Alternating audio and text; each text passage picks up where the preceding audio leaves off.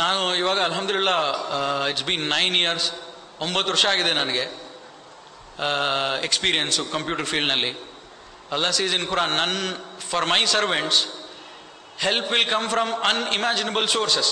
ನನ್ನ ಬಂದೆ, ನನ್ನ ದಾಸರಿಗೆ ನನ್ನ ಒಂದು ಹೆಲ್ಪ್, ಮದದ್ ಯೋಚನೆ ಮಾಡೋಕ್ಕಾಗಲ್ಲ, ಕನಸಿನಲ್ಲಿ ಇಲ್ಲದೆ ಇರೋ ಥರ ಹೆಲ್ಪ್ ಬರುತ್ತೆ. ಆ ರೀತಿ ನಾನು ಡಿಪ್ಲೊಮಾ ಇನ್ ಮೆಕ್ಯಾನಿಕಲ್, ನಾನು ಎಣಿಸಿದ್ದೆ 8,000 ಸಂಬಳ ಸಿಕ್ಬಿಟ್ರೆ ನಾನು ಜೀವನ ಮುಗಿಸ್ಬಿಡ್ತೀನಿ ಅಂತ ಅಂದ್ಕೊಂಡಿದ್ದೆ. ಕನಸಿನಲ್ಲಿ ಯೋಚನೆ ಮಾಡಿಲ್ಲ. Today I am a computer engineer. IIT, IIM, big degree holders work under me, ಅಲ್ಹಮ್ದುಲಿಲ್ಲಾ. So this is what Allah's grace. ಸ್ವಲ್ಪ ಜನ ಯೋಚನೆ ಮಾಡ್ತಾರೆ ನನ್ನ ಡಿಗ್ರಿಯಿಂದ ನಾನು ಮೇಲೆ ಬಂದಿದ್ದೀನಿ ಅಂತ. ನಾನು ಡಿಗ್ರಿ ಏನೂ ಇಲ್ಲ, ನಾನು ಡಿಗ್ರಿ ಸ್ಟೂಡೆಂಟೇ ಅಲ್ಲ, ಡಿಪ್ಲೊಮಾ ಇನ್ ಮೆಕ್ಯಾನಿಕಲ್, ಅಲ್ಹಮ್ದುಲಿಲ್ಲಾ. So but I have respect from all masters, MBAs, doctors, ಅಲ್ಹಮ್ದುಲಿಲ್ಲಾ. ಸೊ ಇವಾಗ ನಾನು ರಿಯಾದಲ್ಲಿದ್ದೀನಿ. ಈಗ ಒಂದು 18 ತಿಂಗಳಿಂದ ಅಲ್ಲಿ ಕೆಲಸ ಸಿಕ್ಕಿದೆ. ಮುಂಚೆ ಇಲ್ಲಿ ಇಂಡಿಯಾದಲ್ಲಿ ಆರಾಕಲ್, GE, ಸತ್ಯಂನಲ್ಲಿ ಕೆಲಸ ಮಾಡ್ತಿದ್ದೆ. ಇವಾಗ I am working in Riyadh.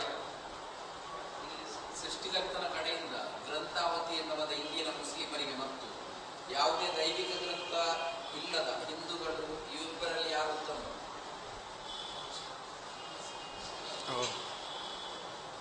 Kannada ಓದ್ಬಿಟ್ಟು ತುಂಬ ದಿವಸ ಆಯಿತು, ಹ್ಯಾಂಡ್ ರೈಟಿಂಗ್ ಅರ್ಥ ಆಗಲಿಲ್ಲ, ಬೇಜಾರು ಮಾಡ್ಕೊಂಬಿಡಿ.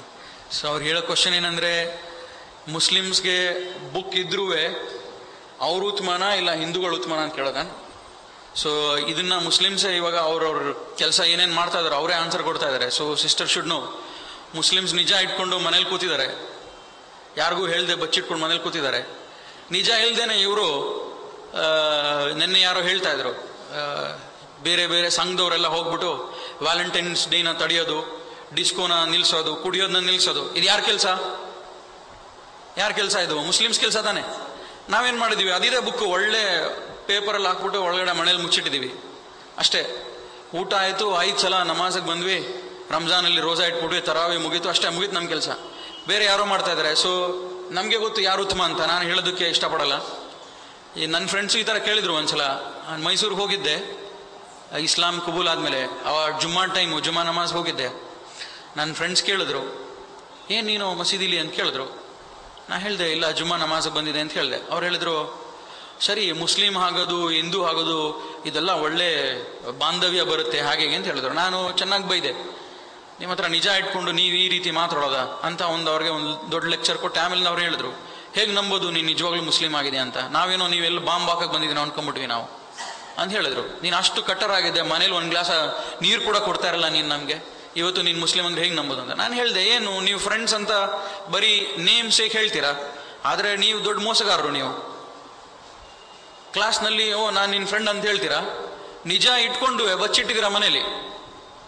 ಇಲ್ಲ ನಮಗೆ ಹೇಳಕ್ಕೆ ಹೆದರಿಕೆ, ನೀವು ಅಲ್ಲಾನ ಹೆದರ್ಬೇಕು, ನನ್ನನ್ನು ಹೆದರಬಾರ್ದು ಅಂತ ಹೇಳಿದೆ. So we Muslim though we have the truth, we conceal it. ಇವಾಗ ಬ್ರಾಹ್ಮಣರು ಅದೇ ಕೆಲಸ ಮಾಡಿದ್ರು, ಈ ಬ್ರಾಹ್ಮಣರು ಅದೇ ಕೆಲಸ ಮಾಡಿದ್ರು.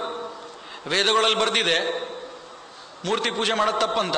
ಅವ್ರೇನ್ ಮಾಡಿದ್ರು, ನಾನ್ ಬ್ರಾಹ್ಮಣರು, SC ST ಗೌಡ್ರು ಇವರೆಲ್ಲ ವೇದಗಳು ಕೇಳಿದ್ರೆ ಸ್ವಾತಂತ್ರ್ಯ ಬರೋಕ್ಕೂ ಮುಂಚೆ ಅವ್ರಿಗೆ ಏನು ಪಾದರಸ ಸುರಿತಾ ಇದ್ರು, ಈ ಮಾಲ್ಟನ್ ಐರನ್ ಲಿಕ್ವಿಡ್, ಅದನ್ನ ಸುರಿತಾ ಇದ್ರು ಕಿವಿಗೆ.